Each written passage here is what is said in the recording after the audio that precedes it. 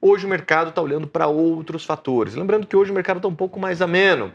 Mas ontem também nós tivemos coisas importantes aqui no Brasil. E eu queria destacar a situação fiscal, que de novo colocou aí uma situação não muito animadora para o nosso Brasil. Ontem o dólar fechou aqui, o mini dólar, no número cabalístico, né? 5,666.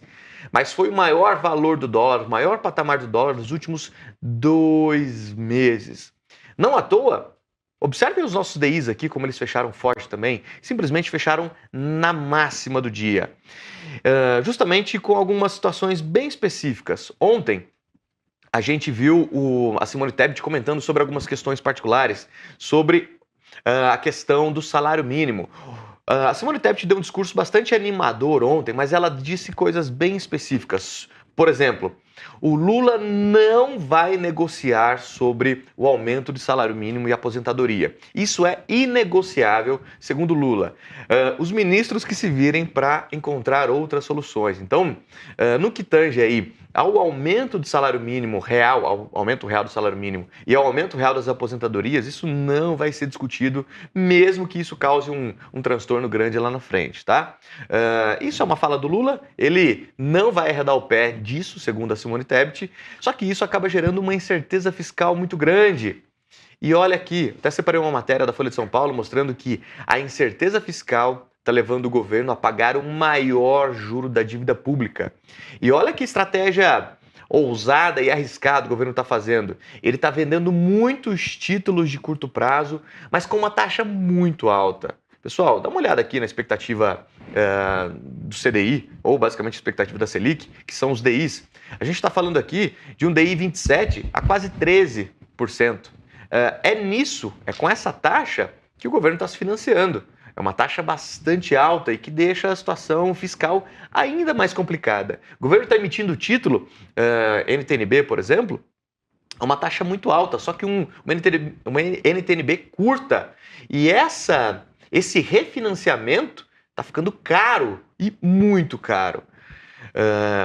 Por que está acontecendo isso? Esse risco fiscal está aumentando. Então, o investidor, para financiar o tesouro, para financiar o governo, cobra uma taxa maior, o que é normal. Se você é um bom pagador e vai pedir dinheiro no banco, e você tem um patrimônio grande, você tem um salário alto, você consegue um financiamento a uma taxa mais baixa. Agora vai você com o nome sujo, vai você com uma situação de não pagador, a sua taxa vai ser muito maior. Exatamente o que está acontecendo agora, tá bom? E como eu falei do Gogó, ontem a Simone Tebet, aí, que tem um papel importante dentro do governo Lula, ela é ministra do Planejamento, e ela veio e disse, olha, chegou a hora de levar a sério a revisão dos gastos públicos no país. O plano de corte de gastos será levado ao Lula após o segundo turno. Pessoal, isso era para ter acontecido no final do ano passado. Jogaram para o primeiro semestre de 2024. Agora estão jogando para o cenário pós-eleição. E depois jogam um pouquinho mais para frente, e depois jogam um pouquinho mais para frente. Então, é isso que está preocupando o investidor e preocupando bastante. Não à toa, dá uma olhada aqui, eu separei para vocês verem a posição consolidada do dólar futuro aqui no Brasil. Acabei de comentar com vocês que o dólar atingiu o maior patamar dos últimos 2 meses. E olha quem está comprando dólar. É o gringo. Nessa linha vermelha aqui, essa sopa de números, nessa linha vermelha representa os investidores não residentes. A gente chama de gringo aqui, a gente apelida eles carinhosamente de gringos, e são eles quem fazem o mercado aqui. Só abrindo parênteses, 2 semanas atrás eu estava no Rio de Janeiro falando com o broker aqui da Genial Investimentos, é um broker institucional apenas de estrangeiros. E ele falou claramente, quem manda no Brasil é o gringo, é o dinheiro estrangeiro, é o fluxo estrangeiro. Se vem dinheiro para o Brasil, estrangeiro, o dólar cai e a bolsa sobe. Se esse movimento não acontece, o dólar sobe e a bolsa acaba caindo, que é o que a gente está vendo agora. Não à toa, no dia 14 e no dia 15, os gringos compraram muitos contratos de dólar. Peguei essa tabela aqui do Afonso, tá? Dá uma olhada, pessoal.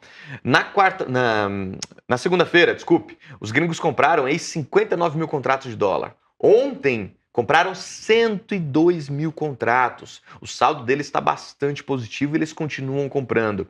Não à toa também, em outubro até agora, Detalhe, hoje é dia 16 de outubro, a gente está no meio do mês. Houve uma retirada de dinheiro aqui do Brasil de mais de 3 bilhões de reais.